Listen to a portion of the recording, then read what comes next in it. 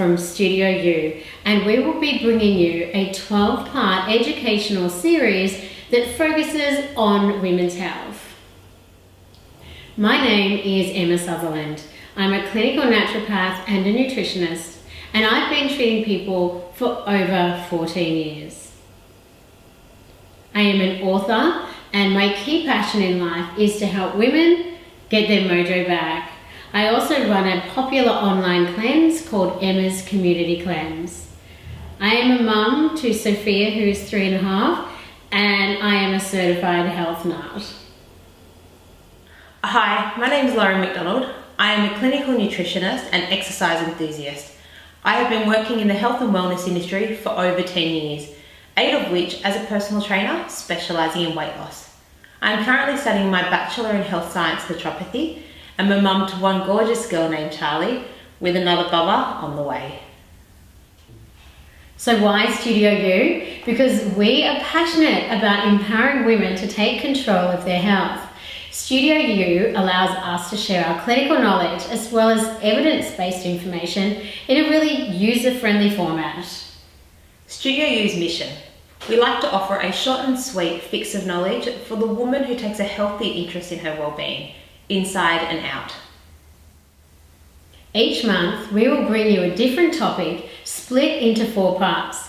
Now, week 1 is explanation week, giving you the ins and the outs, the understandings that you need to have around the topic. You're going to feel like an expert after this 101 session.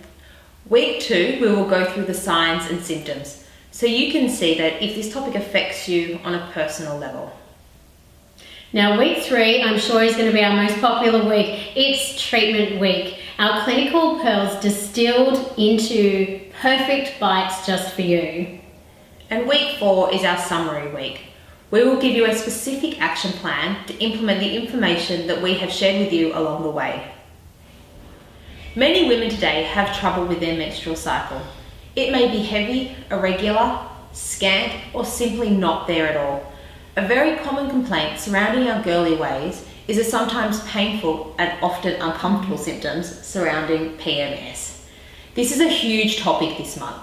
We will simply be covering the hormones involved in a healthy period and the phases of our menstrual cycle and the food and lifestyle choices that you need to make in order to complement a healthy period. So we're going to kick off this week teaching you how your hormones work, the ins and the outs of what a healthy cycle actually looks like. So the symptoms of PMS, like mood swings, irritability, depression, anxiety, fluid retention, bloating, the list goes on and on, affect close to 75% of women each and every month. And in 20% of those women, these symptoms are so severe that they actually need medical treatment. About 8% of women have such extreme symptoms that they've been given the name premenstrual dysphoric disorder, PMDD. It's really, really incredibly debilitating.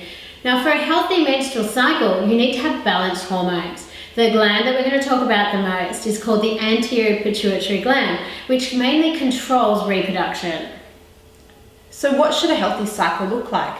We're going to presume a 28-day cycle, and there are 4 different phases.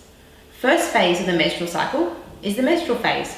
Typically this lasts 5 days, but can vary, and it's defined as your first day of bleeding, not the first day of spotting. And this occurs due to an egg being released and not fertilizing, hence not needing to have a thickened endometrial lining for implantation, meaning a pregnancy hasn't occurred. The hormone progesterone drops, resulting in our body shedding its uterus lining. The next phase is the pre-ovulation phase. Typically that goes between day 6 and day 13 of a 28-day cycle. Now, due to the exposure of estrogen, the endometrial wall or the uterine wall, it starts to thicken up, and low progesterone levels cause the pituitary gland to secrete follicular stimulating hormone. We'll just call it FSH to make it really simple. FSH then stimulates your ovaries to prime the follicles that surround the eggs. One follicle becomes the dominant follicle and the rest disintegrate. The dominant follicle now waits for ovulation. Fertile mucus also occurs at this time, but we're going to talk way more about that in our episode on fertility and reproductive health. That'll be coming soon. Phase 3 is ovulation. Typically, this occurs at day 14 of a 28-day cycle. However, from experience, looking at my 2 pregnancies, I've ovulated at about day 17 to 18, so it does vary from person to person. This is when estrogen is at its highest and the pituitary gland secretes luteinizing hormone. It is luteinizing hormone that causes the dominant follicle to release its egg in the process of ovulation. Have a look at the diagram that's just flashed up on your screen. It's a bit of a refresher from the biology class that you probably had in year 10 in high school. I would like you to notice where the ovaries are in relation to the uterus. The last phase is called the luteal phase.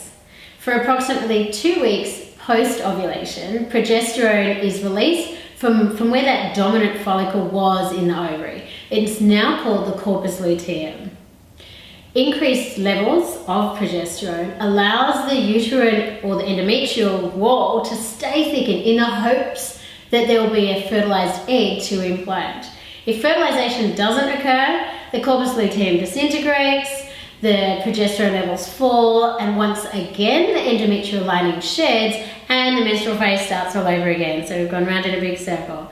The problems with this phase are called a luteal phase defect, and often women don't have quite enough progesterone. Your ovaries may not produce enough progesterone, or your endometrial lining isn't responding well enough to the progesterone.